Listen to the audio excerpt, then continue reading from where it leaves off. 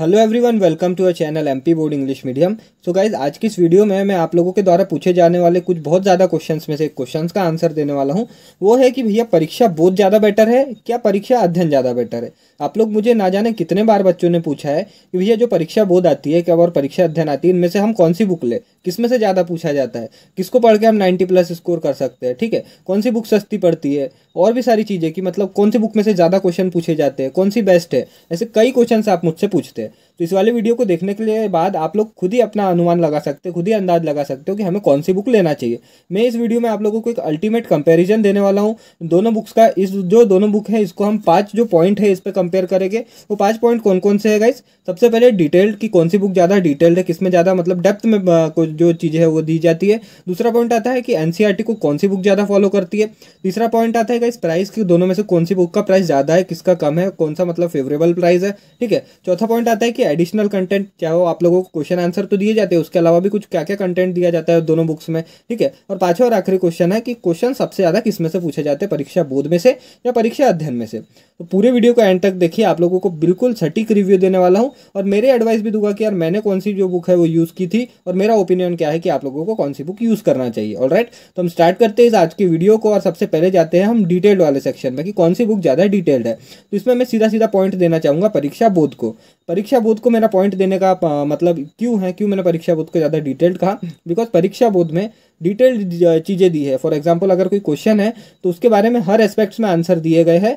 तो आप लोगों को परीक्षा बोध में ज़्यादा डिटेलिंग देखने के लिए मिलेगी एज कम्पेयर टू परीक्षा अध्ययन। यानी परीक्षा बोध में हर एक क्वेश्चन का यानी डिटेल्ड आंसर दे रखा है। मेरे अकॉर्डिंग दोनों बुक का दो मतलब कंपैरिजन है, उसमें परीक्षा बोध ज़्यादा डिटेल्ड बुक लगी है मुझे एज कम्पेयर टू परीक्षा अध्ययन। मेरे पास गाइस अभी दोनों बुक है 2020 की, परीक्षा बोध भी और परीक्षा अध्ययन भी, तो उसी के बेसिस पे आप लोगों को मैं कंपैरिजन बता रहा हूँ। ऑलराइट, दूसरा आता है पॉइंट, वो है गाइस एनसीईआरटी को कौन ज़्यादा फॉलो करती है। तो इसमें गाइस मैं दोनों बुक को एक एक पॉइंट देना चाहूँगा।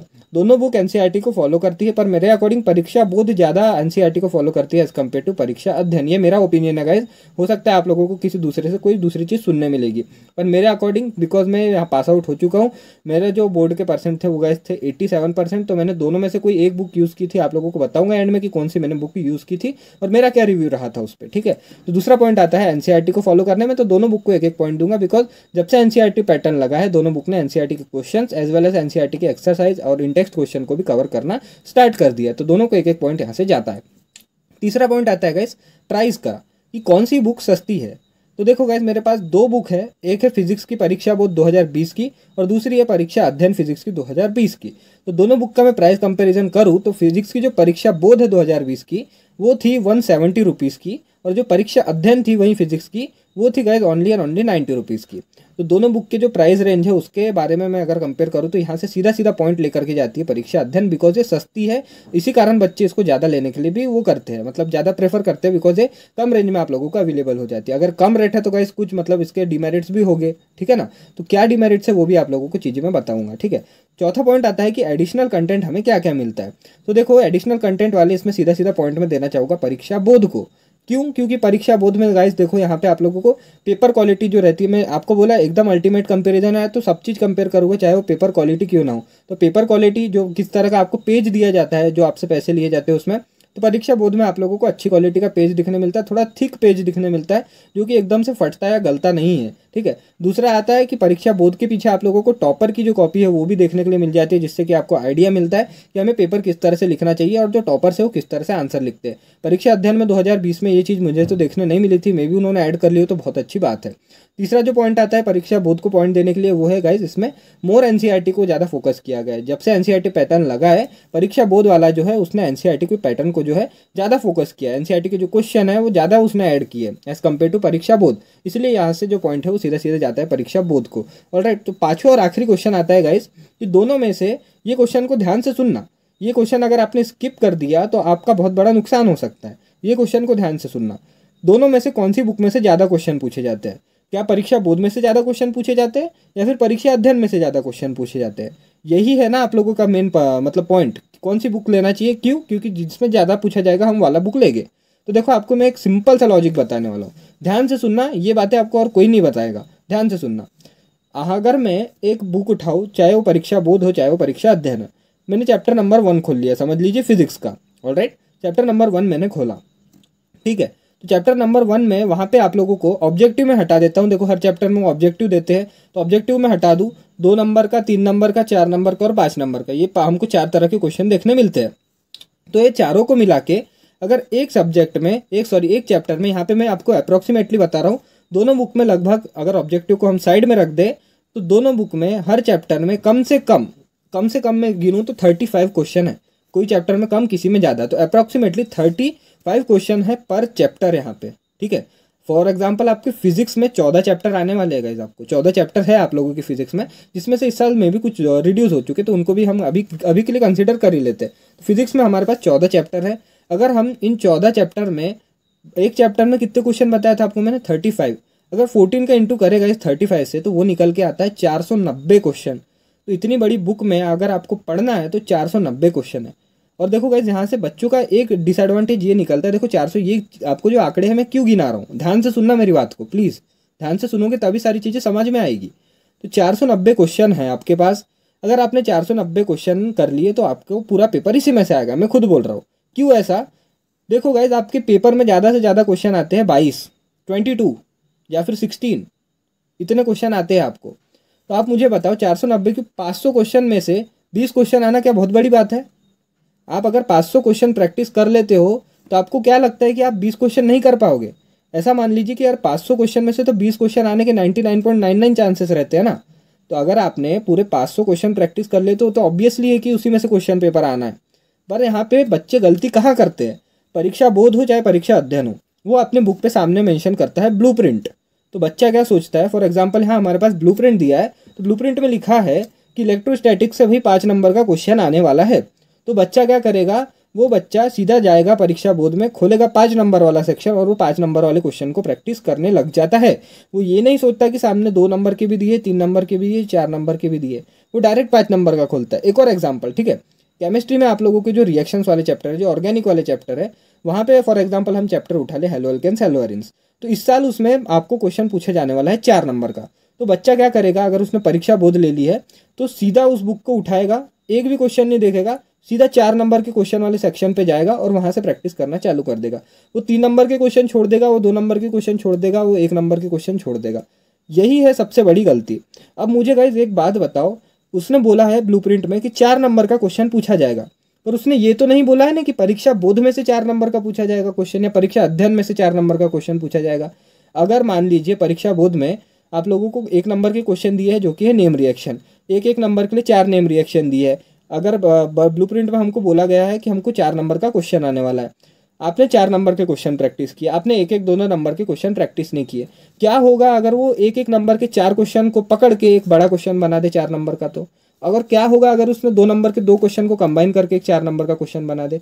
इसमें गलती किसकी, परीक्षा बोध वालों की कि आपकी? मुझे कमेंट में बताइए, परीक्षा बोध वाला गलत है कि आप गलत है? परीक्षा बोर्ड ने सामने ब्लूप्रिंट मेंशन की थी, उसने वहाँ लिखा था कि 4 नंबर का क्वेश्चन आने वाला है हेलो एल्केन्स हेलो एरिन्स में। उसने ये नहीं बोला था कि आप जाइए और ओनली 4 नंबर के क्वेश्चन प्रैक्टिस कीजिए। उसने आपको 2 नंबर के भी क्वेश्चन दे रखे थे, 3 के भी दे रखे थे और 1 का भी दे रखा था।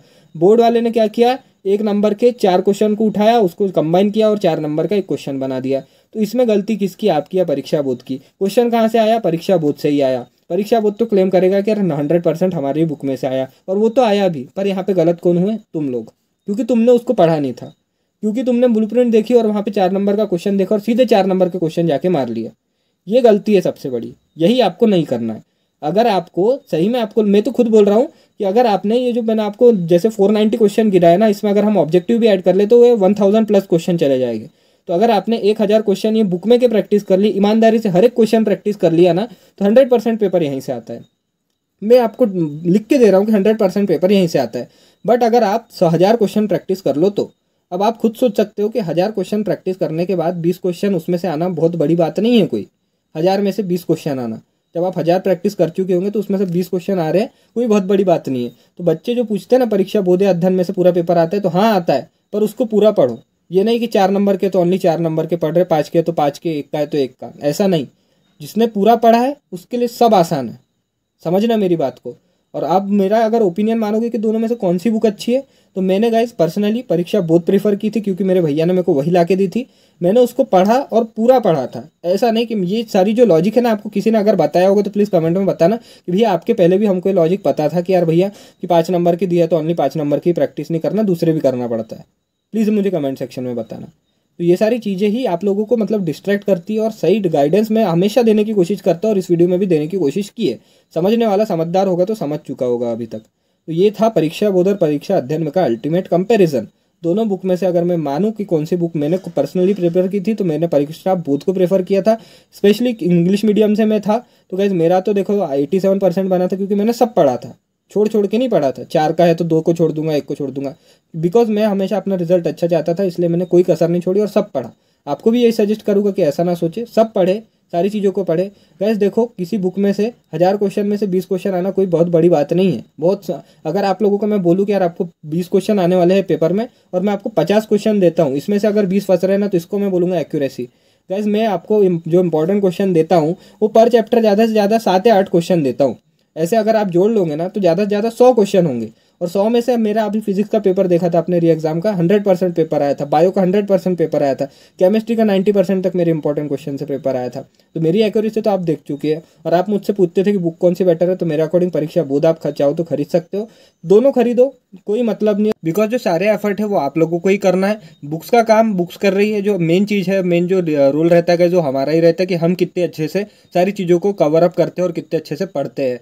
तो गाइस दूसरा रीज़न बच्चों का ज़्यादातर ये बुक्स लेने का ये रहता है कि इसमें बच्चे देखो साल भर पढ़ाई नहीं करते, नोट्स नहीं बनाते, तो इसमें बहुत इजीली इनको डेरिवेशन और नोट्स वगैरह मिल जाते हैं।